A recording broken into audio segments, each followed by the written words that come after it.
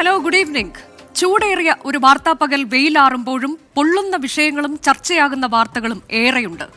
പ്രേക്ഷകർ 24-ലൂടെ ആദ്യമറിഞ്ഞ വാർത്തകളിൽ ചിലത് ആഴത്തിലുള്ള വിശകലനവും ഇടപെടലും ആവശ്യപ്പെടുന്നതാണ്.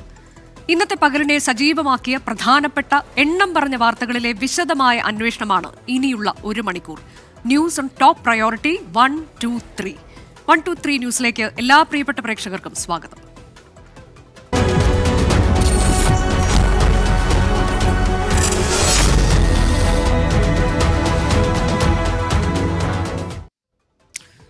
നമ്മൾ ആദ്യം പോകുന്നത് ഇന്നത്തെ നമ്പർ 1 ന്യൂസിലേക്കാണ്. പെഹൽഗാം ഭീകരാക്രമണവുമായി ബന്ധപ്പെട്ട് ഇന്നുണ്ടായ സംഭവ വികാസങ്ങൾ എന്തൊക്കെ പരിശോധിക്കാം. ഭീകരരെ സഹായിച്ചിട്ടുണ്ട് എന്ന് സ്ഥിരീകരിച്ചും പെഹൽഗാം ആക്രമണം നടത്തിയ ഭീകരരെ പുകഴ്ത്തിയും പാകിസ്ഥാൻ മന്ത്രിമാർ രംഗത്തെത്തി.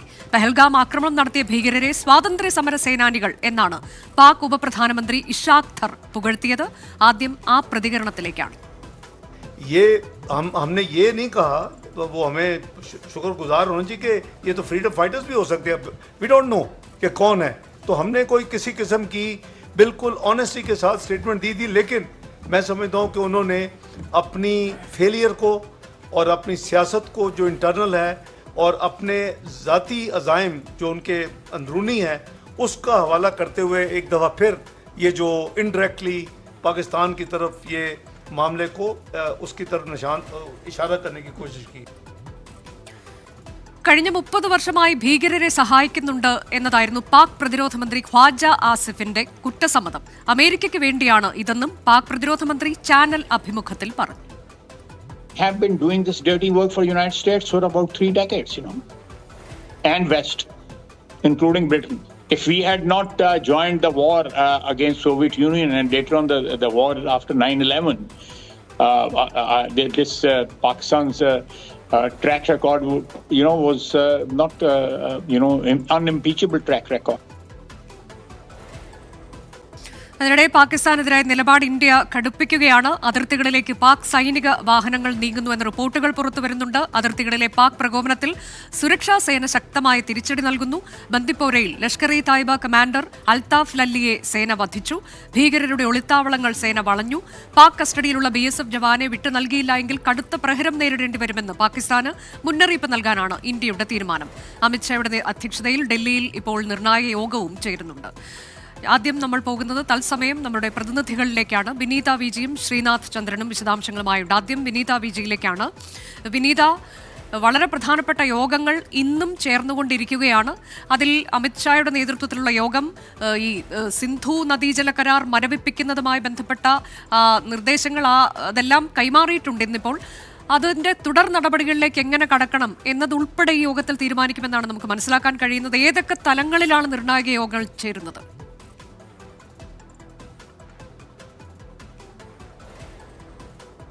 തീർച്ചയായും അനുജ, കടുത്ത നടപടികളുമായി പാകിസ്ഥാനെതിരെ മുന്നോട്ട് പോകാൻ തന്നെയാണ് ഇന്ത്യയുടെ തീരുമാനം. ഇത് സംബന്ധിച്ചുകൊണ്ടുള്ള വിവിധ യോഗങ്ങൾ ചേരുകയാണ്. അല്പസമയം മുൻപാണ് ആഭ്യന്തരമന്ത്രി അമിത്ഷായുടെ ഒരു നിർദ്ദേശം കൂടി വന്നിട്ടുണ്ടായിരുന്നത്. മറ്റ് സംസ്ഥാനങ്ങളിലടക്കം മുഖ്യമന്ത്രിമാരെ കേന്ദ്ര ആഭ്യന്തരമന്ത്രി ഫോണിൽ വിളിച്ച് സംസാരിക്കുകയും ഒപ്പം തന്നെ ഈ പാകിസ്ഥാൻ പൗരന്മാർ അവർ ഇന്ത്യയിൽ തുടരുകയാണെങ്കിൽ അവർ എത്രയും വേഗം പാകിസ്ഥാനിലേക്ക് തിരിച്ചയക്കുന്നതിനുള്ള നടപടികൾ സ്വീകരിക്കണമെന്ന നിർദ്ദേശം നൽകുകയും ചെയ്തിട്ടുണ്ട്. ഈ വിസ കാലാവധി അടക്കം വെട്ടിച്ചുരുക്കിയ പശ്ചാത്തലത്തിലാണ് ഇത്തരം കടുത്ത നടപടികളിലേക്ക് കൂടി ഇന്ത്യ നീങ്ങുന്നത്. ഏതെങ്കിലും സംസ്ഥാനത്തിൽ ഇത് കൂടാതെ പാകിസ്ഥാൻ പൗരന്മാർ കഴിയുകയാണ് എങ്കിൽ അവരെ സംബന്ധിച്ചുകൊണ്ടുള്ള വിശദമായ വിവരങ്ങൾ കൂടി തേടണമെന്നും അറിയിച്ചിരിക്കുകയാണ്. ഇതിന് പിന്നാലെയാണ് ഇപ്പോൾ അമിത്ഷായുടെ നേതൃത്വത്തിൽ പ്രത്യേക യോഗം ചേർന്നത്. കേന്ദ്രമന്ത്രിമാരടക്കം ഈ യോഗത്തിൽ പങ്കെടുക്കുന്നുണ്ട്. ഇനി ഏതൊക്കെ തലത്തിൽ പാകിസ്ഥാനെതിരെ തുടർ നടപടികളുമായി മുന്നോട്ട് പോകണമെന്നടക്കമുള്ള കാര്യങ്ങൾ ഇന്നത്തെ യോഗത്തിൽ ചർച്ച ചെയ്ത് തീരുമാനിക്കാനാണ് ഉള്ള യോഗമാണ് ചേരുന്നത്. നേരത്തെ തന്നെ ഈ നയതന്ത്ര മേഖലയിലടക്കം കടുത്ത നിയന്ത്രണങ്ങൾ ഇന്ത്യ ഏർപ്പെടുത്തിയിട്ടുണ്ടായിരുന്നു. ഈ സിന്ധു നദീ കരാർ അടക്കമുള്ള പ്രതിരോധവുമായി ഇന്ത്യ എത്തിയപ്പോൾ അത് പാകിസ്ഥാനെ സംബന്ധിച്ചിടത്തോളം വലിയൊരു പ്രഹരം തന്നെയായിരുന്നു. പാകിസ്ഥാന് അങ്ങനെ വെള്ളം തടയുകയാണ് എങ്കിൽ അത് യുദ്ധം പ്രഖ്യാപിച്ചതിന് തുല്യമെന്നൊക്കെയായിരുന്നു പാകിസ്ഥാന്റെ ഭാഗത്തു നിന്നൊരു പ്രതികരണം വന്നിട്ടുണ്ടായിരുന്നത്. പക്ഷേ അങ്ങനെ ഒരു പ്രതികരണം വന്നപ്പോഴും ആ പ്രതികരണത്തിന് ഒട്ടും ഒരു വില പോലും നൽകാതെ അതിനെ പൂർണ്ണമായും അവഗണിച്ചുകൊണ്ട് ഇന്നലെ രാത്രിയോടുകൂടി ഇത് സംബന്ധിച്ചുകൊണ്ടുള്ള ഒരു ഓർഡർ കൂടി പാകിസ്ഥാന് നൽകിയിരിക്കുകയാണ് ഇന്ത്യ. അത് ഇന്നലെ രാത്രിയോടുകൂടി തന്നെ അവിടുത്തെ ജലവിഭവ വകുപ്പിന് ഇന്ത്യ ഔദ്യോഗികമായി തന്നെ അറിയിച്ചിട്ടുണ്ട്. ഈ സിന്ധു നദീ കരാർ റദ്ദാക്കിയതുമായി ബന്ധപ്പെട്ടുകൊണ്ട് ഇന്ത്യയുടെ തീരുമാനമെന്ന നിലയിൽ ഇന്നലെ തന്നെ അത് അറിയിക്കുകയും ചെയ്തു. ഇന്നിനി ഏതൊക്കെ ഏതൊക്കെ തലത്തിൽ കൂടുതൽ നടപടികൾ സ്വീകരിക്കണമെന്നുൾപ്പെടെയുള്ള കാര്യങ്ങളാണ് ചർച്ച ചെയ്യുന്നത്. ഇന്നലെ സർവകക്ഷി യോഗത്തിൽ മറ്റ് പാർട്ടി നേതാക്കൾ ഉന്നയിച്ച ചില ആവശ്യങ്ങൾ കൂടിയുണ്ട്. ആ ആവശ്യങ്ങളും ഒരുപക്ഷെ ഇന്നത്തെ ഈ യോഗത്തിൽ ചർച്ച ചെയ്യുമെന്നാണ് അറിയാൻ കഴിയുന്നത്. അതിലേറ്റവും പ്രധാനം ഈ ഭീകരതയ്ക്കെതിരെ ശക്തമായ ഒരു തിരിച്ചടി നൽകണമെന്നൊരു ആവശ്യം, അത് പ്രതിപക്ഷ പാർട്ടികളടക്കം ഒന്നിച്ച് മുന്നോട്ട് വെച്ചൊരു ആവശ്യമാണ്. ഇതിൽ കേന്ദ്രം ഏത് തീരുമാനമെടുത്താലും ഭീകരതയ്ക്കെതിരെ ഒറ്റക്കെട്ടായി ഞങ്ങൾ ഒപ്പമുണ്ടാകുമെന്ന് പ്രതിപക്ഷ പാർട്ടി നേതാക്കളും പറഞ്ഞിട്ടുണ്ടായിരുന്നു. അതുകൊണ്ട് തന്നെ അത്തരത്തിലേക്ക് ഏതെങ്കിലും തരത്തിൽ കൂടുതൽ നടപടികളിലേക്കടക്കം മുന്നോട്ട് പോകേണ്ടതായിട്ടുണ്ടോ, ഉണ്ട് എങ്കിൽ അതിന് ഏത് തലത്തിൽ മുന്നോട്ട് കൊണ്ടുപോകണം ഉൾപ്പെടെയുള്ള കാര്യങ്ങൾ ഇന്ന് നടക്കുന്ന യോഗത്തിൽ ചർച്ച ചെയ്ത് തീരുമാനിക്കും. ഈ വെടിനിർത്തൽ കരാർ അടക്കം റദ്ദാക്കാനുള്ളൊരു സാധ്യതയാണ് നിലവിലെ സാഹചര്യങ്ങൾ മുൻനിർത്തി നോക്കുമ്പോൾ നമുക്ക് മനസ്സിലാക്കാൻ കഴിയുന്നത്. കാരണം ഈ ഭീകരാക്രമണം ഉണ്ടായി ദിവസങ്ങൾ കഴിഞ്ഞിട്ടില്ല, അതിന് പിന്നാലെ വീണ്ടും ജമ്മു കാശ്മീരിൽ ഇപ്പോഴും പാക് പ്രകോപനം തുടരുകയാണ്.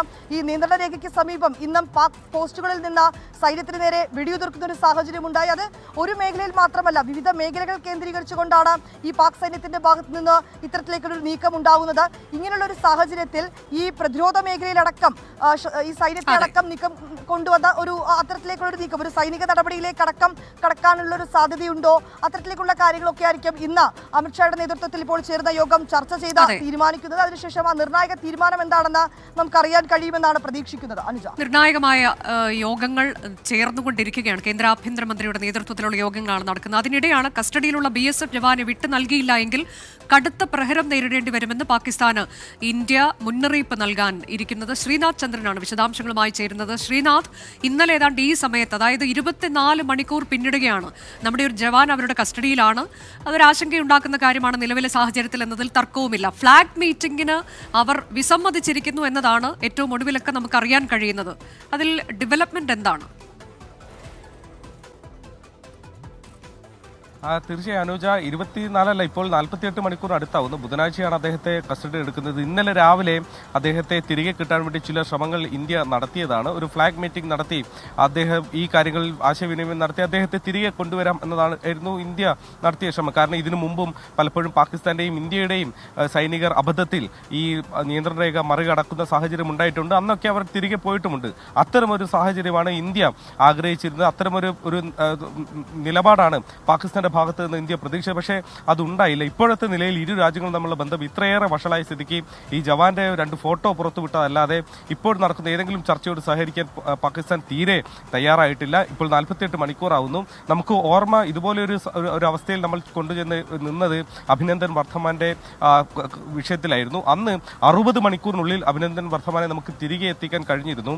അന്ന് പ്രധാനമായും അത് വിജയിക്കാനുള്ള പ്രധാന കാരണം ഇന്ത്യ നൽകിയ ഒരു അന്ത്യശാസനമായിരുന്നു. പാകിസ്ഥാൻ പാർലമെന്റിൽ ഈ കാര്യങ്ങൾ പിന്നീട് പാകിസ്ഥാന്റെ രാഷ്ട്രീയ നേതാക്കൾ തുറന്നു പറഞ്ഞതുമാണ്.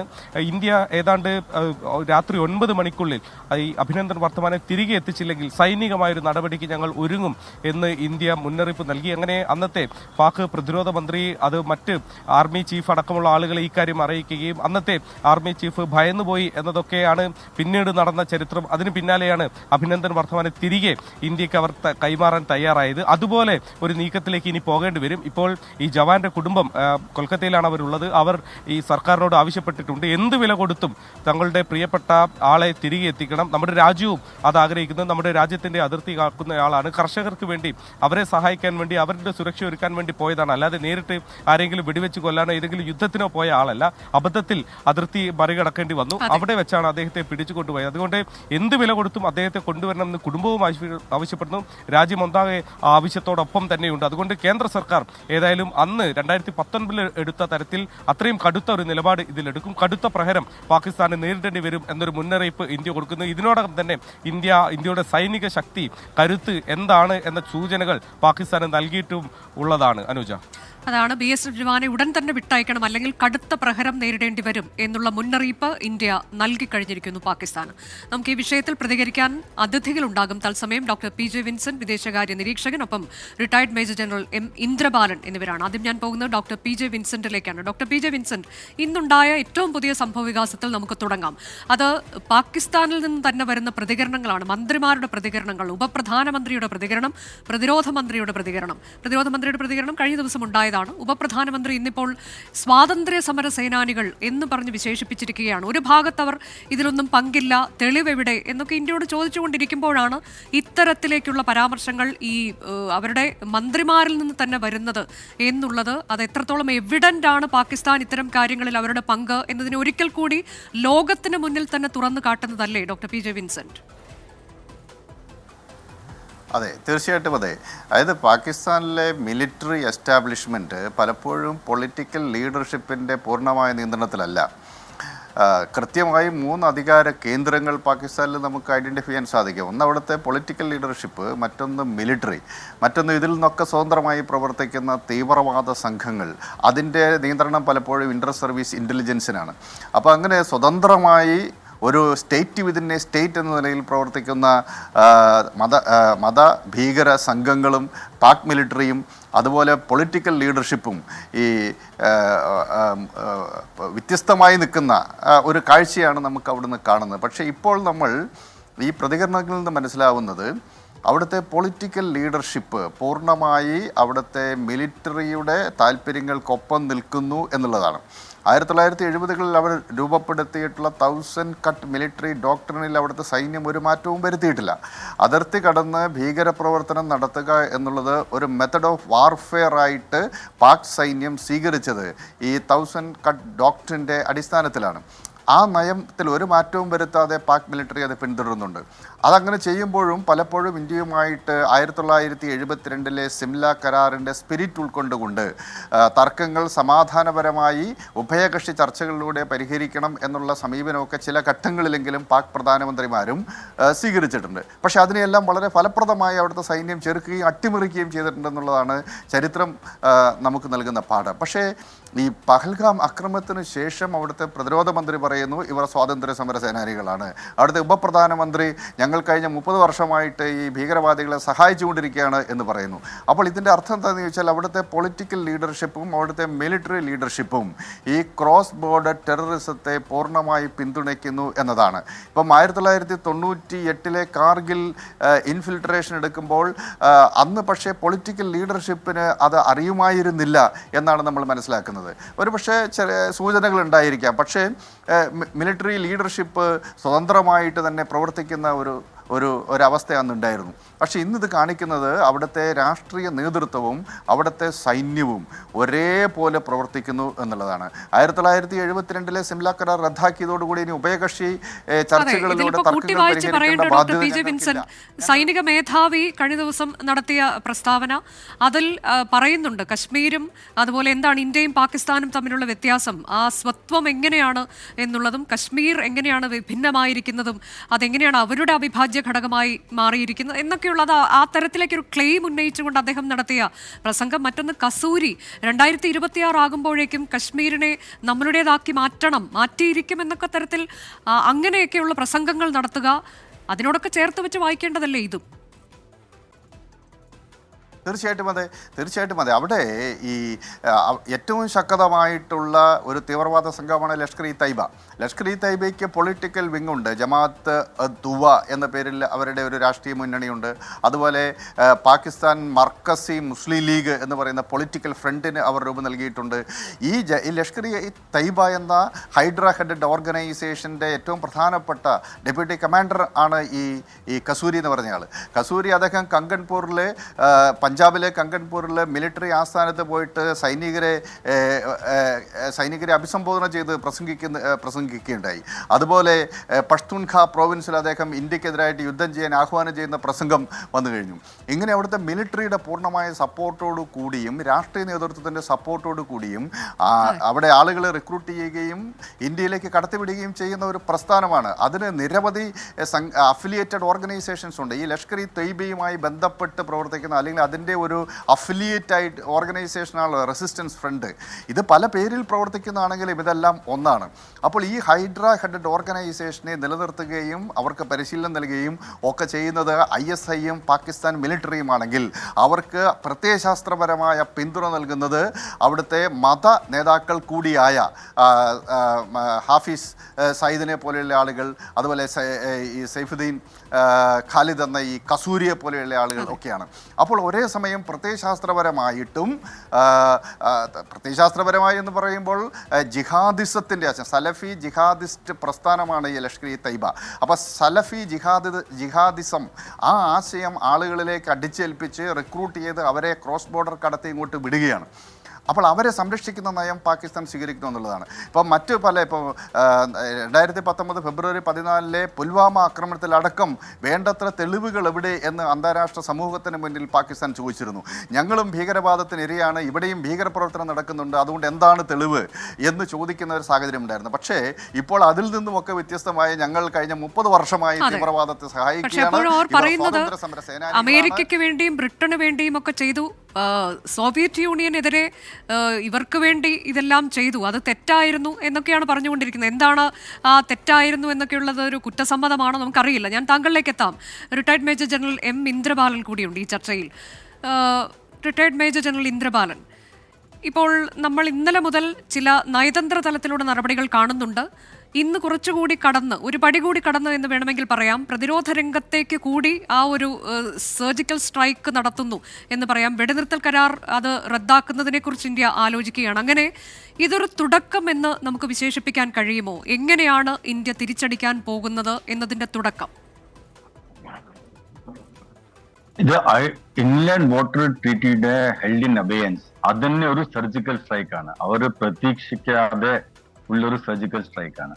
അതിന്റെ impact is going to be far more than a localized military attack, a localized military action. നമ്മൾ ലോക്കലൈസ്ഡ് മിലിറ്ററി ആക്ഷൻ POKയിലോ എവിടെയെങ്കിലും ചെയ്യുമ്പോൾ അതിന്റെ ഇമ്പാക്ട് ലോക്കലൈസ് ആവുള്ളൂ. Military will get affected and the state will continue to perform what they are doing. They will continue to support. ഇതില് പാകിസ്ഥാന്റെ existence is under threat. So ഇതൊരു വലിയൊരു സർജിക്കൽ സ്ട്രൈക്ക് തന്നെയാണ് doing the held in abeyance. അതിന്റെ റിയാക്ഷനിൽ Pakistan has announced that it is suspending 1972 Shimla agreement, which അതിൻ്റെ ഒരു major implication ഉണ്ട്. What is implication we to understand. ആ ഷിംല അഗ്രിമെന്റിൽ there are 4 parts to that. One is that the ceasefire line, which was UN peace brokered ceasefire line 1947, adine ceasefire line maatite they have made it as LOC, and both parties have agreed to respect the LOC without violating it. Second, avar adila all relations will be all issues will be bilaterally settled aanu paranjirukkanadu, including Kashmir issues especially. Thirdly, they have recognized Bangladesh as a state. And fourthly, they have also said that all matters India and Pakistan will settle bilaterally. So, if they are withdrawing from Shimla agreement, it is a major move back towards creating relationships which are going to be going into a doldrum, severe doldrum. അതിപ്പോൾ ഇന്നലെയൊക്കെ നമുക്ക് ഈ ചർച്ചയിൽ പങ്കെടുത്തുകൊണ്ട് retired major general Indrabalan ഈ ചർച്ചയിൽ പങ്കെടുത്തുകൊണ്ട് ചില വിദഗ്ധർ നിരീക്ഷിച്ചത് അത് ഇന്ത്യയെ സംബന്ധിച്ചൊരു പോസിറ്റീവായ തീരുമാനമാണ് ഷിംല കരാറിൽ നിന്ന് പിന്മാറാൻ പാകിസ്ഥാൻ തീരുമാനിച്ചിട്ടുണ്ടെങ്കിൽ എന്നുള്ളതാണ്. അതിൽ ഏറ്റവും പ്രധാനം, ഇപ്പോൾ കരാറൊക്കെ ഉണ്ടെങ്കിൽ പോലും എവിടെയാണ് പാകിസ്ഥാൻ ഇതിനെ അനുസരിച്ചിട്ടുള്ളത്? ഈ കരാറിനെ അനുസരിച്ചിട്ടുണ്ടോ പാകിസ്ഥാൻ? ഒരു ചോദ്യമല്ലേ? അത് ഫസ്റ്റ്ലി ഇല്ല. അതിൽ 2 കാര്യം അവർ അനുസരിച്ചിട്ടുണ്ട്. One is recognition of Bangladesh they have said and LOC was accepted and usually bilateral ആണ് നമ്മൾ നടത്തിയത്. Although they kept raising issues with UN. They have been trying to involve and UN peace keeping ഫോഴ്സിന്റെ ഒരു portion അവിടെ ഉണ്ടായിരുന്നു. പക്ഷെ withdrawing from Shimla agreement actually നമുക്ക് ഇന്ത്യയുടെ അഡ്വാൻറ്റേജ് ആണ്. It gives us freedom now to operate the way we want. 13,000 square kilometers of Pakistan territory was returned to Pakistan, captured territory, under Shimla agreement. അത് നമുക്ക് തിരിച്ച് claim ചെയ്യാൻ പറ്റും. അതേപോലെ if it is ceasefire line, India has freedom now to violate it and go ahead the way we want. These are the major implications for India. But what Pakistan retaliation എന്താ try ചെയ്യാൻ പോകുന്നത്? അവർ Bangladesh issue, they will say Bangladesh is no more recognized. Already they are trying to create famine Bangladesh. Our influence over work on. That's what they are trying to as a raise anti against India by calling Shimla Agreement as held in abeyance or suspended. But that is the political part. On the military part, they are attempting to show that they can militarily stand India. They are doing that naval drill and the whatever with missile action they are doing. They are all kind of brandishing their sword. But it is not going to last very long. Because Pakistan is not the same Pakistan it was 10-15 years back. That time, അവർക്ക് US-ന്റെ support ഉണ്ടായിരുന്നു, യൂറോപ്പിന്റെ support ഉണ്ടായിരുന്നു, UK-യുടെ support ഉണ്ടായിരുന്നു. They had not only support, they had clear arms, ammunition and financial aid from USA. Today, that is not there. They have neither financial aid nor they have, it is drastically cut down. അവരുടെ മിലിറ്ററിയും വീക്കാണ്, എക്കണോമിക്കലിയും വീക്കാണ്. So while they will continue to threaten India, they will continue to raise the anti. പക്ഷെ അവർക്ക് അതിന്റെ how long they can last against India's power. അതെ, അങ്ങനെ ഒരു സാഹചര്യത്തിൽ പോലും എന്തിനാണ് ഇങ്ങനെ ഒരു നീക്കത്തിലേക്ക് പാകിസ്ഥാൻ കടന്നത്? അതിന്റെ ആവശ്യകത എന്തായിരുന്നു? ഒരുപക്ഷെ അവിടുത്തെ ജനങ്ങളെ ഒപ്പം നിർത്താൻ വേണ്ടിയാണോ എന്നൊക്കെയുള്ള ചോദ്യങ്ങളുണ്ടല്ലോ. അത് കടന്നത് അതിന്റെ two simple reasons. One, Pakistan, their relevance in the world body is losing. So, and Kashmir is slipping out of their hand. That's the main reason. Our Kashmir aman vannappo, normalcy vannappo, progress vannappo, they realize it is slipping out of their hand. Adine tirichi vittanayittu, it is a desperate attempt to do something like this, because Kashmir, if it goes back into terror situation, it will go out of India's hand again. That is their aim, so that Indian tourists don't come there. The first aim. The reason Kashmir is the existential reason for Pakistan to survive. അതുപോലെ Pakistan ആർമിക്ക് survive ചെയ്യാനായിട്ട് they have to have war all the time. They have to create some dispute with India. Only then Pakistan armyക്ക് relevance ഉള്ളൂ ഇവിടെ. Because Pakistan army, unlike what the previous speaker said, അവരുടെ relevance is political relevance and military relevance. Indian army പോലെയല്ല. Indian army is pure professional army. Pakistan army runs the politics of the country. A political relevance വെക്കാനായിട്ടാണ് Pakistan army chief of staff gave a political speech. ഇങ്ങനത്തെ political speech കൊടുക്കേണ്ട അർത്ഥം എന്താണ്? He is invoking passion of the nation to pitch against India. It is not just a political speech. അതിന്റെ statement കേട്ടാൽ തന്നെ you know clearly that there is a direct linkage between what happened in Pahalgam and his statement. അതിന് LET ഉണ്ടോ, അതിൽ LETയുടെ wing ഉണ്ടോ, അതിന്റെ ശരി, ഞാൻ ഈ അതിഥികളിലേക്ക് വരാം. ദയവേത് അല്പസമയം കൂടി നമുക്കൊപ്പം തുടരണം. Welcome back to 123 news. പ്രേക്ഷകർ കണ്ടുകൊണ്ടിരിക്കുന്നത് ഇന്നത്തെ ഏറ്റവും പ്രധാനപ്പെട്ട 3 വാർത്തകൾ വളരെ ആഴത്തിൽ വിശകലനം ചെയ്യുന്ന പരിപാടിയാണ്. ഇനി നമ്മൾ പോകുന്നത് നമ്പർ 2 ന്യൂസ് ഏത് എന്നതറിയാനാണ്. വയനാട് മേപ്പാടി എരുമക്കൊല്ലിയിൽ അറുമുഖനെ കൊലപ്പെടുത്തിയ കാട്ടാനയെ മയക്കുവെടി വയ്ക്കും എന്നുള്ളതാണ് രണ്ടാമത്തെ വാർത്ത. കുംകി ആനകളെയും ദൌത്യത്തിന്റെ ഭാഗമാക്കും. അറുമുഖന്റെ സംസ്കാരം പൂർത്തിയായി. ആനയെ മയക്കുവെടി വെച്ച് പിടികൂടുമെന്ന് വനംവകുപ്പ് മന്ത്രി AK ശശീന്ദ്രൻ ഉറപ്പ് നൽകിയിട്ടുണ്ട്. സുർജിത്ത് അയ്യപ്പത്ത് വയനാട്ടിൽ നിന്ന് വിശദാംശങ്ങളുമായുണ്ട്. സുർജിത്ത്, ഇതിൽ ഏത് തരത്തിലേക്കാണ് ഒരു നടപടിയിലേക്ക് പോകുന്നത് എന്നാണ് നമ്മൾ മനസ്സിലാക്കേണ്ടത്? ഈ സംഭവം നടന്നത് എപ്പോഴാണ്, എങ്ങനെയാണ് ഇതുണ്ടായി എന്നതാണ്. അനുജ, ഇന്നലെ രാത്രി 8 മണിയോടുകൂടിയാണ് അറുമുഖനെ കാട്ടാന ആക്രമിച്ച് കൊലപ്പെടുത്തിയത്. അതായത് മേപ്പാടി ടൗണിൽ നിന്നും വീട്ടിലേക്കുള്ള ഭക്ഷണ സാധനങ്ങളുമായി അദ്ദേഹം പൂളക്കുന്ന് എന്ന് പറയുന്ന പ്രദേശത്തേക്ക് പോവുകയായിരുന്നു. ഇത് തേയിലത്തോട്ടങ്ങൾ നിറഞ്ഞ പ്രദേശമാണ്. അതിനിടയിലൂടെയുള്ളൊരു പാതയാണ്. ഈ തേയിലത്തോട്ടത്തിന് അരികിൽ വെച്ചായിരുന്നു കാട്ടാനയുടെ ആക്രമണം ഉണ്ടായത്. ഇതേ തുടർന്ന് കാട്ടാന പിന്നെയും പല ഭാഗങ്ങളിലായി, അതായത് എരുമക്കൊല്ലിയുടെ വിവിധ ഭാഗങ്ങളിലായി കാട്ടാനയെ കണ്ടു എന്നുള്ളത് നാട്ടുകാരൊക്കെ പറയുന്നുമുണ്ട്. എന്തായാലും ഇതുമായി ബന്ധപ്പെട്ട് മയക്കുവെടി വെച്ച് പിടികൂടുകയോ അല്ലെങ്കിൽ ഉൾക്കാട്ടിലേക്ക് തുരത്തുകയോ എന്നുള്ള രീതിയിലുള്ള ഉത്തരവാണ് മുഖ്യ വനപാലകന്റെ ഭാഗത്തു നിന്ന് ഉണ്ടായിരിക്കുന്നത്. ഇതുമായി ബന്ധപ്പെട്ട് 2 കുങ്കിയാനകളെ ഇറക്കി ഇതിനെ കാട്ടാനയെ തുരത്താനുള്ള ശ്രമമാണ് വനംവകുപ്പിൻ്റെ ഭാഗത്തുള്ളത്. ഉണ്ണികൃഷ്ണൻ എന്ന കുങ്കിയാനയെ എത്തിച്ചിട്ടുണ്ട്. അതോടൊപ്പം തന്നെ ഇനി വിക്രം എന്നുള്ള മറ്റൊരു കുങ്കിയാന കൂടി എത്തുന്നതോടുകൂടി ദൗത്യം വനംവകുപ്പ് ആരംഭിക്കും. നാളെ രാവിലെയാകും ഈ ദൗത്യം തുടങ്ങുക എന്നുള്ള തരത്തിലുള്ള വിവരമാണ് നമുക്ക് വ്യക്തമാവുന്നത്. ഇപ്പോൾ നിലവിൽ ഈ കാട്ടാനകളുള്ള ഒരു കൂട്ടം ഉൾക്കാട്ടിലുണ്ട് എന്നുള്ളത് കൃത്യമായ രീതിയിൽ തന്നെ RRT അന്വേഷണത്തിൽ വ്യക്തമായിട്ടുണ്ട്. ഇതിൻ്റെ അടിസ്ഥാനത്തിൽ പരിശോധന നടത്തിയപ്പോൾ ഇതിനെ കൂടുതൽ ഉൾക്കാട്ടിലേക്ക് തുരത്താൻ കഴിയുമോ എന്നുള്ള ഒരു ശ്രമമാണ് വനംവകുപ്പ് ഉദ്യോഗസ്ഥർ നടത്തുന്നത്. പ്രത്യേകിച്ച് ഈ മേഖലയുടെ ഭൂമിശാസ്ത്രം അതിസങ്കീർണമാണ്. തേയിലത്തോട്ടങ്ങളാണ്, ഒപ്പം തന്നെ വളരെ ചെരിവുള്ള കുന്നിൻ പ്രദേശമാണ്. ചെമ്പ്രമലയുടെ ഓരത്താണ് ഈ പ്രദേശമുള്ളത്. ഇതെല്ലാം തന്നെ ഈ ഭൂമിശാസ്ത്രപരമായ ഒരുപാട് പ്രശ്നങ്ങൾ ഈ മേഖലയിൽ ദൗത്യവുമായി ബന്ധപ്പെട്ട് നിലനിൽക്കുന്നുണ്ട്. അതാണ് വനം വകുപ്പ് നേരിടുന്ന കാര്യവും. വലിയ പ്രതിഷേധം ഇന്നലെ തന്നെ നാട്ടുകാരുടെ ഭാഗത്തു നിന്ന് ഉണ്ടായിരുന്നു. ഇതിനുശേഷമാണ് ഇത്തരത്തിൽ മയക്കുവെടി വെച്ച് പിടികൂടുക അല്ലെങ്കിൽ ഉൾക്കാട്ടിലേക്ക് തുരത്തുക എന്നുള്ള ഒരു നീക്കത്തിലേക്ക് വനം വകുപ്പ് എത്തിയിട്ടുള്ളത്. ആറുമുഖൻ്റെ മൃതദേഹം പോസ്റ്റ്മോർട്ടം നടത്തിയത് ബത്തേരി താലൂക്ക് ആശുപത്രിയിലാണ്. ഉച്ചയ്ക്ക് ശേഷം മൃതദേഹം പുളക്കുന്ന് ഉന്നതിയിലെ വീട്ടിലേക്ക് എത്തിച്ചു. പൊതുദർശനം നടത്തി. എന്തായാലും ആ പൊതുദർശനത്തിൻ്റെ അവസാന ഘട്ടത്തിൽ ആണ് ഇപ്പോൾ ഉള്ളതെന്നുള്ളതാണ് നമുക്ക് ലഭ്യമാകുന്ന വിവരം. എന്തായാലും ഇതിന് ശേഷം സംസ്കാര നടപടികൾ തുടങ്ങും. തമിഴ്നാട്ടിലായിരുന്നു ഇദ്ദേഹത്തിൻ്റെ രണ്ട് മക്കളും ഈ നാട്ടിലേക്ക് എത്തിയിട്ടുണ്ട്. അതിവൈകാരികമായ രംഗങ്ങൾക്കാണ് അവിടെ സാക്ഷ്യം വഹിക്കുന്നത്. പ്രത്യേകിച്ച് ഇന്നലെ പോലും മേപ്പാടി ടൗണിൽ കണ്ട ആളുകൾ പലരുമുണ്ട്, ഇദ്ദേഹവുമായി സംസാരിച്ച ആളുകളുണ്ട്. പക്ഷേ മണിക്കൂറുകളുടെ ഇടവേളയിൽ അദ്ദേഹം കൊല്ലപ്പെടുന്നു, കാട്ടാനാക്രമണത്തിൽ കൊല്ലപ്പെടുന്നു. ഈ വർഷം തന്നെ നിരവധി പേർ കാട്ടാനക്കലിക്ക് ഇരയായിട്ടുണ്ട്. വയനാട്ടിൽ മേപ്പാടി ഉൾക്കൊള്ളുന്ന അട്ടമല പ്രദേശത്തടക്കം കഴിഞ്ഞ ഫെബ്രുവരിയിലാണ് ഒരു യുവാവിനെ കാട്ടാന ആക്രമിച്ച് കൊലപ്പെടുത്തിയത്. അത്തരത്തിലേക്ക് നടപടികളിലേക്ക് വനം വകുപ്പ് കടക്കുമെന്ന ഉറപ്പാണ് ഈ ഘട്ടത്തിലുള്ളത്. എന്ത് തരത്തിലാകും നടപടി? ഉൾക്കാട്ടിലേക്ക് കടത്തിവിടുകയാണോ അതോ മയക്കുവെടി വെച്ച് പിടികൂടുകയാണോ? നമുക്ക് അറിയാൻ കാത്തിരിക്കാം. മരിച്ചാൽ നഷ്ടപരിഹാരവും കുടുംബാംഗത്തിന് താത്കാലിക ജോലിയും എന്ന വാഗ്ദാനത്തിനപ്പുറം എന്ത് സുരക്ഷയാണ് കാടിനോട് ചേർന്ന ജനവാസ മേഖലയിൽ താമസിക്കുന്ന ആളുകൾക്കുള്ളത് എന്ന ചോദ്യം അത് വയനാട്ടുകാർ കഴിഞ്ഞ ഏറെക്കാലമായി ഉന്നയിക്കുന്ന ഒരു ചോദ്യമാണ്. ഈ വർഷം മാത്രം കൊല്ലപ്പെടുന്ന 4ാമത്തെ ആളാണ് അറുമുഖൻ എന്നുള്ളതാണ്. നമ്മൾ ആ കണക്കുകളിലേക്ക് കൂടി വളരെ വേഗമൊന്ന് പോവുകയാണ്. ഈ വർഷം 4 പേർ വയനാട്ടിൽ കാട്ടാനാക്രമണത്തിൽ മരണമടഞ്ഞിട്ടുണ്ട്. അതിൽ 4ാമത്തെ ആളാണ് അറുമുഖൻ. കഴിഞ്ഞ 3 വർഷത്തിനിടെ 14 പേരാണ് കാട്ടാന ആക്രമണത്തിൽ കൊല്ലപ്പെട്ടത് എന്നതാണ് കണക്ക്. ജീവൻ നഷ്ടമായവരുടെ കണക്ക് ഇങ്ങനെയാണ്. ഈ വർഷം മാത്രം കൊല്ലപ്പെട്ടവർ ആരൊക്കെയാണ് അതുകൂടി ഒന്ന് പരിശോധിക്കാം.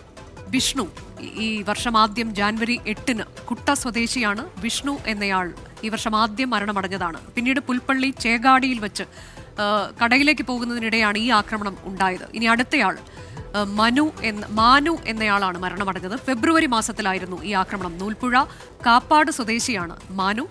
സാധനങ്ങൾ വാങ്ങി ഉന്നതിയിലേക്ക് പോകും വഴി ആനയ്ക്ക് മുന്നിൽ പെടുകയായിരുന്നു. ഈ തരത്തിലേക്കാണ് പലപ്പോഴും ഇന്നലെ നമ്മൾ കണ്ട മരണവും ഇങ്ങനെ തന്നെയാണ്. വീട്ടിലേക്ക് അരിയും സാധനങ്ങളും വാങ്ങിക്കൊണ്ട് പോകുമ്പോഴാണ് ആന ആക്രമിച്ചത് എന്നാണ്. ഇനി 3ാമത്തെ മരണം ബാലകൃഷ്ണൻ എന്നയാളാണ്. ഏറാട്ടുകുണ്ട് സ്വദേശിയാണ് ബാലകൃഷ്ണൻ. അദ്ദേഹം മരണമടഞ്ഞത് ഫെബ്രുവരിയിൽ തന്നെയാണ് എന്നതാണ്. അട്ടമലയിൽ വെച്ച് ആനയുടെ മുന്നിൽ അകപ്പെടുകയായിരുന്നു. അങ്ങനെയാണ് ആ മരണം സംഭവിച്ചത്. 4ാമത്തെ ആളാണ് ഇന്നലെ മരണമടഞ്ഞ അറുമുഖൻ എന്നത് എരുമക്കൊല്ലി സ്വദേശിയാണ്. നമ്മൾ നേരത്തെ പറഞ്ഞതുപോലെ വീട്ടിലേക്കുള്ള യാത്രയ്ക്കിടെ കാട്ടാന ആക്രമണത്തിൽ ജീവൻ നഷ്ടപ്പെടുകയായിരുന്നു. അദ്ദേഹത്തിന്റെ ശരീരം ആസകലം മുറിവുകളുണ്ട്.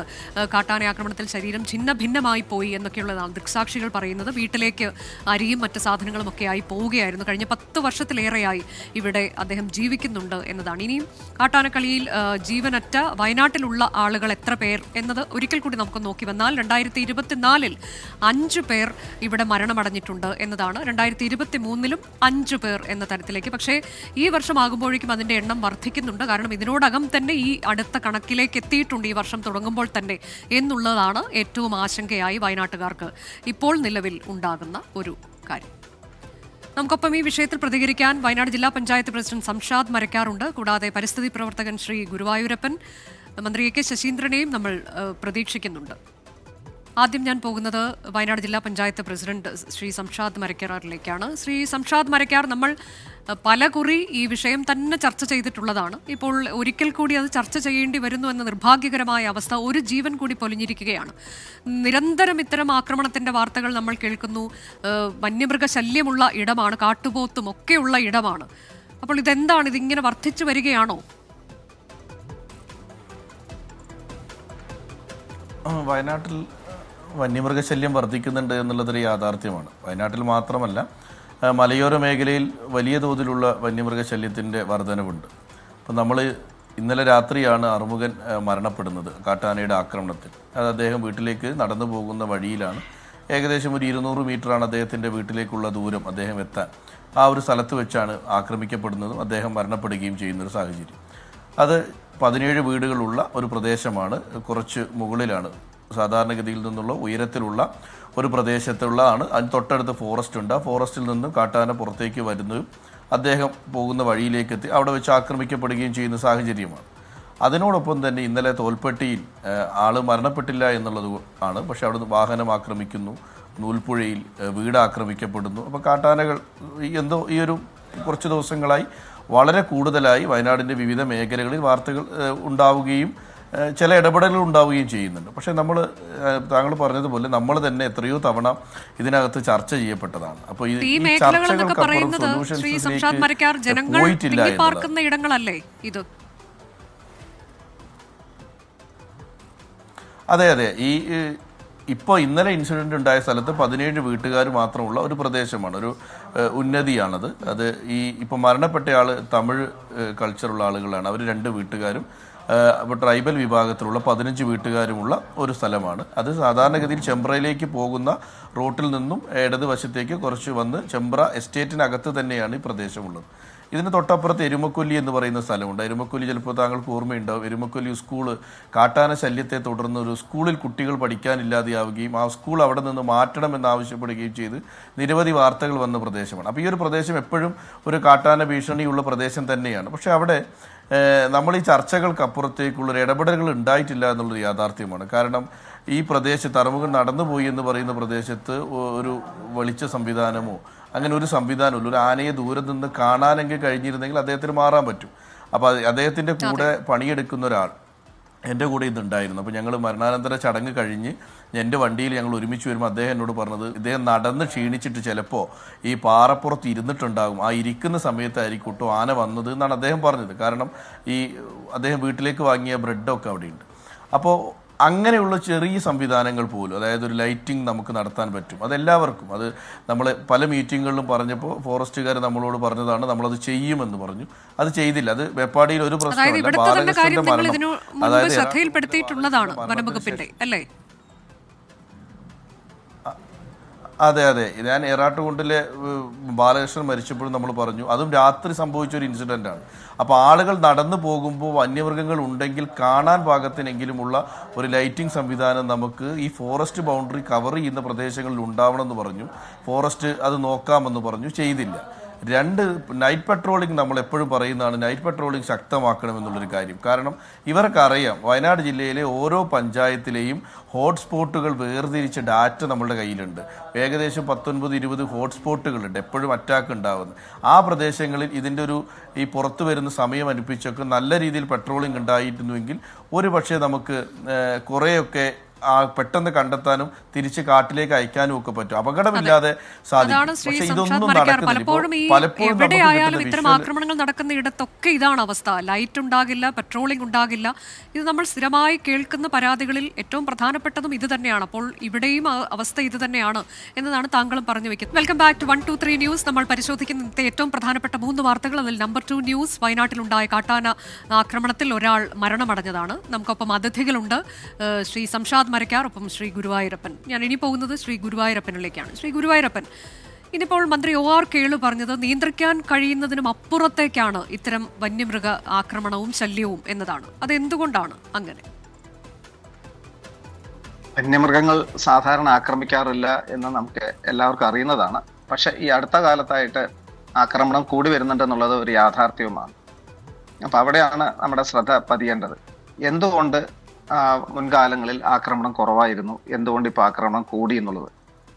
പണ്ട് ഇത് കുറവായിരിക്കാനുള്ള കാര്യം ജനങ്ങളും വന്യജീവികളും എല്ലാം ഒരുമിച്ച് ജീവിക്കുന്ന അല്ലെങ്കിൽ ഒരു വിട്ടുവീഴ്ചയോടുകൂടി പോകുന്ന ഒരു കാലഘട്ടമായിരുന്നു. പക്ഷെ കാലങ്ങൾ മാറിയപ്പോൾ മനുഷ്യരുടെ ആവശ്യങ്ങൾ കൂടി, യാത്രകൾ കൂടി, വികസനങ്ങൾ കൂടി. അതുപോലെ തന്നെ മൃഗങ്ങളെ സംബന്ധിച്ച് അവർക്ക് സ്വസ്ഥമായിട്ട് അവർക്ക് ആവശ്യമായിട്ടുള്ള വെള്ളമോ ഭക്ഷണമോ ഒന്നും കിട്ടാത്ത ഒരു സാഹചര്യം ഉണ്ടായിട്ടുണ്ട്. അത് നമ്മൾ എടുത്തു പറയേണ്ട ഒരു കാര്യമാണ്. പ്രത്യേകിച്ച് അതുകൊണ്ട് തന്നെ മൃഗങ്ങൾ അവരുടെ ഒരു വഴിയിലേക്ക് അവർ ഒതുങ്ങിക്കൂടുന്ന ഒരു സാഹചര്യം നമുക്ക് തീർച്ചയായിട്ടും നമ്മുടെ നിഗമനത്തിൽ എത്തിച്ചേരാൻ കഴിഞ്ഞിട്ടുണ്ട്. അതായത് അവർ പകലൊന്നും കാര്യമായിട്ട് ഇപ്പോൾ ഇറങ്ങുന്നത് തന്നെ രാത്രിയാണ്. പ്രത്യേകിച്ച് ഇതിപ്പോ നമുക്ക് കഠിനമായ ചൂടുള്ള ഒരു കാലാവസ്ഥയും കൂടെയാണ്.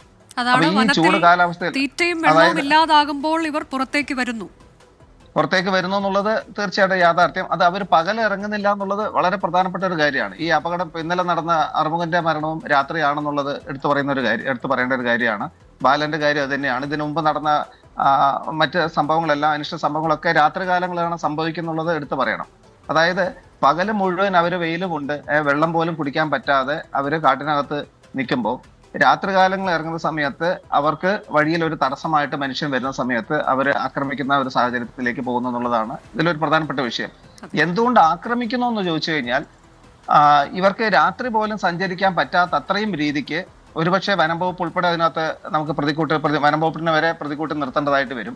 ഈ മൃഗങ്ങൾ വരുന്ന സമയത്ത് ആനയെ പ്രതിരോധിച്ച് കാട്ടിലേക്ക് തിരിച്ച് ഓടിക്കാനുള്ള ശ്രമങ്ങളാണ് നടക്കുന്നത്. അത് പടക്കം പൊട്ടിച്ചും മറ്റൊക്കെയാണ്. അതിനൊരു ദേഹോപദ്രവം നേരിട്ടല്ലെങ്കിൽ പോലും അവർക്ക് അനുഭവിക്കേണ്ടി വരുന്നുണ്ട്. അതുകൊണ്ട് അവര് പ്രകോപിതരായി തീരുകയാണ്. അതുകൊണ്ട് തന്നെ ഇതെല്ലാം ചെയ്യുന്നത് മനുഷ്യന്മാരാണ് എന്നുള്ളത് കൊണ്ട് തന്നെ അവരുടെ മുന്നിൽ ആരെങ്കിലും അവരുടെ കണ്ണിൽപ്പെട്ടാൽ ആക്രമിക്കുന്ന തലത്തിലേക്ക് അവർ നീങ്ങേണ്ട ഒരു അവസ്ഥയിലേക്ക് പോവാണ്. ഒരുപക്ഷെ പ്രതിരോധത്തിനായി ഈ ആറുമുഖൻ ആനയ്ക്കെതിരെ തിരിയാനുള്ള ചില സാഹചര്യങ്ങൾ ഒരുപക്ഷെ ഉണ്ടായിരിക്കാം. കാരണം അദ്ദേഹത്തിന്റെ ആനയെ കണ്ടിട്ടുണ്ടോ എന്ന് പോലും നമുക്കറിയില്ല. ഇപ്പൊ ഇതിനു മുൻപൊക്കെ ഉണ്ടായ അതിരപ്പള്ളിയിലൊക്കെ ഉണ്ടായ സംഭവം പരിശോധിച്ചാൽ പോലും ആനയെ കാണാൻ പോലും പറ്റുന്നുണ്ടോ എന്നറിയില്ല. അത് വിളക്കില്ലല്ലോ, ലൈറ്റ് ഇല്ല. അപ്പോൾ ആനയെ ഇത് നമ്മൾ ഇവിടെ മാത്രമല്ല പലയിടത്തും കണ്ടതാണ്.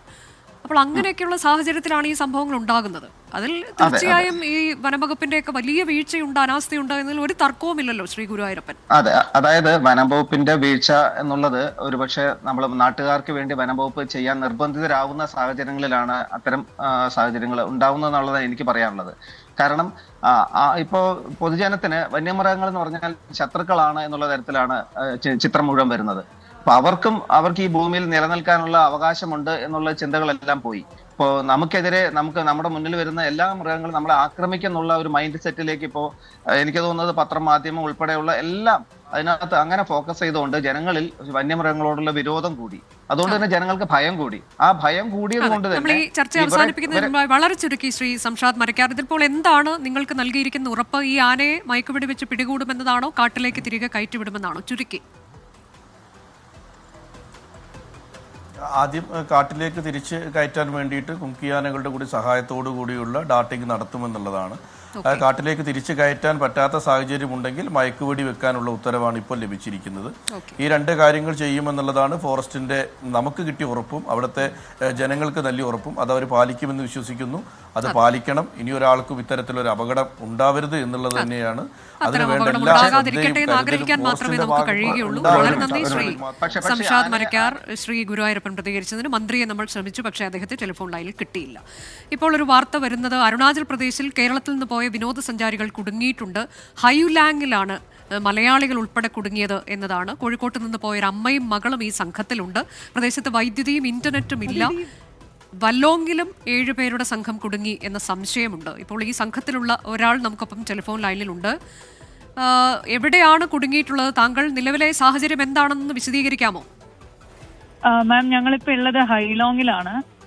നിയർലി 3 ദിവസമായി ഞങ്ങൾ ഇവിടെ കുടുങ്ങിയിട്ട്. കാരണം പോണ വഴിക്ക് മുഴുവൻ ലാൻഡ് സ്ലൈഡുകളും പാറവീഴ്ചയും അതുപോലെ തന്നെ പോകുന്ന വഴിയെല്ലാം ഇടിഞ്ഞുകൊണ്ടിരിക്കുകയാണ്. അതുകൊണ്ട് ഇവിടെയുള്ളൊരു ഹോം സ്റ്റേയിലാണ് ഞങ്ങളിപ്പോൾ ഇവിടെ. പക്ഷേ ഈ ഹോം സ്റ്റേയിൽ കറണ്ടും ഇല്ല, നെറ്റ്വർക്കും ഇല്ല. നെറ്റ്വർക്ക് കിട്ടുന്നത് കൊണ്ടാണ് ഞങ്ങൾക്ക് നാട്ടിലേക്ക് എവിടെയെങ്കിലും ഒരു മൂലയ്ക്ക് പോകുമ്പോഴാണ് ഇത്തിരി കിട്ടുന്നത്. അതുകൊണ്ടാണ് ഞങ്ങൾ നാട്ടിലേക്ക് വിളിക്കുന്നത്. പക്ഷെ ഇവിടുത്തെ അവസ്ഥ ആക്ച്വലി വളരെ മോശമാണ്. ഞങ്ങളുടെ കൂടെ ഇവിടെ ഒരു 7 പേരുടെ സംഘം കൂടിയുണ്ട്. ഇവിടെ എല്ലാ വഴിയും ഇടിഞ്ഞ് പോകുന്ന ഇന്നലെ ഞങ്ങൾ റോയിങ് എന്ന് പറഞ്ഞ ഇവിടെ ടൗണിലേക്ക് യാത്ര തിരിച്ചതാണ്. പക്ഷെ പോണ വഴിക്ക് വഴി ഇടിഞ്ഞതുകൊണ്ടാണ് ഞങ്ങൾ തിരിച്ചു വന്നത്. ഇതാണ് പാറവീഴ്ചയുമാണ് ഇവിടെ ഉള്ളത്. മഴ 3 ദിവസമായിട്ട് നിർത്താണ്ട് പെയ്യാണ്. അതുകൊണ്ട് ഇവിടെ ആർക്കും ഒന്നും ചെയ്യാൻ പറ്റാത്തൊരവസ്ഥയാണ്. നിങ്ങൾ ടൂറിസ്റ്റുകളായി അങ്ങോട്ടേക്ക് പോയവരാണോ? അതെ, ഞങ്ങൾ ടൂറിസ്റ്റുകളായിട്ട് വന്നതാണ്. ഡോങ് വാലിയിലേക്ക്. ഞങ്ങൾ 2 പേരാണ്, ഞാനും അമ്മയും. ഇവിടെ മറ്റേ സംഘം അവരൊരു 7 അധ്യാപകരാണ്. 7 പേരാണ്. അത് കേരളത്തിൽ നിന്നുള്ള നിങ്ങൾ 2 പേരാണുള്ളത്? അല്ല, അവരും കോഴിക്കോട് നിന്നുള്ളവർ തന്നെയാണ്. അപ്പൊ എത്ര പേരുണ്ട് കേരളത്തിൽ നിന്നുള്ള? 9 പേര്. ഇവരെല്ലാരും കുടുങ്ങിയിരിക്കുന്ന ഈ ഹൈലാങ് എന്ന് പറയുന്ന സ്ഥലത്താണോ? അതെ അതെ, ഹൈലോങ് എന്ന് പറയുന്ന സ്ഥലത്താണ്. 9 പേർ കുടുങ്ങിയിട്ടുണ്ട്. 9 പേര് കുടുങ്ങിയിട്ടുണ്ട്. ഞങ്ങൾ ഇപ്പൊ ഇവിടെ ഒരു ഹോം സ്റ്റേയിലാണ് ഉള്ളത്. നിങ്ങൾക്ക് ആരെങ്കിലും അധികാരികളെ ബന്ധപ്പെടാൻ കഴിഞ്ഞോ? ഞങ്ങള് മെസ്സേജ് അയച്ചിട്ടുണ്ട്. പക്ഷെ ഇവിടത്തെ ഒരു അധികാരികളെ ഞങ്ങൾക്ക് ബന്ധപ്പെടാൻ കഴിഞ്ഞിട്ടില്ല. മെസ്സേജ് അയച്ചത് അങ്ങോട്ടേക്ക് പോകുന്നില്ല മാം. ഇവിടെ വാട്സാപ്പ് ഒന്നും കിട്ടുന്നില്ല.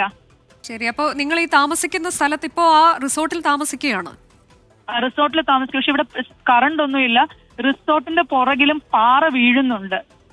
ഓക്കെ, അപ്പൊ ഇപ്പൊ എന്താണ് സാധാരണ ഇത് സംഭവിക്കുന്നതാണോ അതോ അപ്രതീക്ഷിതമായി വന്ന മഴയും മണ്ണിടിച്ചിലുമായിരുന്നോ? മാം ആക്ച്വലി ഇവിടുത്തെ ഞങ്ങൾ ഇവിടെ ലോക്കൽസിനോട് ചോദിച്ചപ്പോൾ പറയുന്നത് മെയ് മിഡ് ആവുമ്പോഴാണ് ഇവിടെ മഴ വരുന്നതെന്നാണ് പറയുന്നത്. പക്ഷെ ഇതിപ്പോ വളരെ അൺഎക്സ്പെക്റ്റഡ് ആയിട്ട് വന്നതാണ്. നിർത്താണ്ട് 3 ദിവസമായിട്ട് പെയ്യുന്ന മഴ. ഞങ്ങൾ ആക്ച്വലി യാത്രയ്ക്ക് പോകുന്ന വഴിക്ക് ഈ നദിയൊക്കെ ഡ്രൈ ആയി കല്ല് മാത്രമായിട്ട് കിടക്കുന്ന നദിയായിരുന്നു. അപ്രതീക്ഷിതമായുണ്ട്. അപ്പൊ നിങ്ങൾക്ക് എവിടെ നിന്നെങ്കിലും എന്തെങ്കിലും ഉറപ്പ് കിട്ടിയോ ഇതിനോടകം? ഒന്നും കിട്ടിയിട്ടില്ല മാം. 30-ാം തീയതി വരെ ഇങ്ങനെ തന്നെയായിരിക്കും അവസ്ഥ. ഇവിടെ കിടക്കേണ്ടി വരുന്നതാണ് പറഞ്ഞത്. 28-ാം തീയതിയാണ് ഞങ്ങളുടെ റിട്ടേൺ ഫ്ലൈറ്റ് ഉള്ളത്. ശരി, അപ്പൊ നമുക്ക് ഏതായാലും ഇത് നാളെ രാവിലെ ഒന്ന് യാത്ര തിരിക്കാന്ന് വിചാരിക്കുന്നുണ്ട്. അപ്പോഴാണ് ഹോട്ടലിലെ സ്റ്റാഫ് വഴി മുഴുവൻ ഇടിഞ്ഞൊരു വീഡിയോ കൊണ്ടുവന്ന് തന്നത്. ഞാൻ ആ വീഡിയോ നാട്ടിലേക്ക് അയക്കാൻ ശ്രമിക്കുന്നുണ്ട്, പക്ഷെ ഇവിടെ നെറ്റ് പോകുന്നില്ല. ഞങ്ങൾ ഇന്നലെ പോയ വഴിയായിരുന്നു, അത് മൊത്തം ഇടിഞ്ഞ് കൊക്കയിലേക്ക് പോയി ആ വഴി. ശരി, എന്താണ് ചെയ്യാൻ കഴിയുന്നത് നോക്കാം. ഇത് നമ്മുടെ അധികൃതർ അവരുടെ ശ്രദ്ധയിലേക്ക് നമ്മൾ കൊണ്ടുവരാൻ ശ്രമിക്കും. ഏതായാലും സുരക്ഷിതരായിരിക്കൂ, ഭയപ്പെടാതെ ഇരിക്കൂ. Thank you.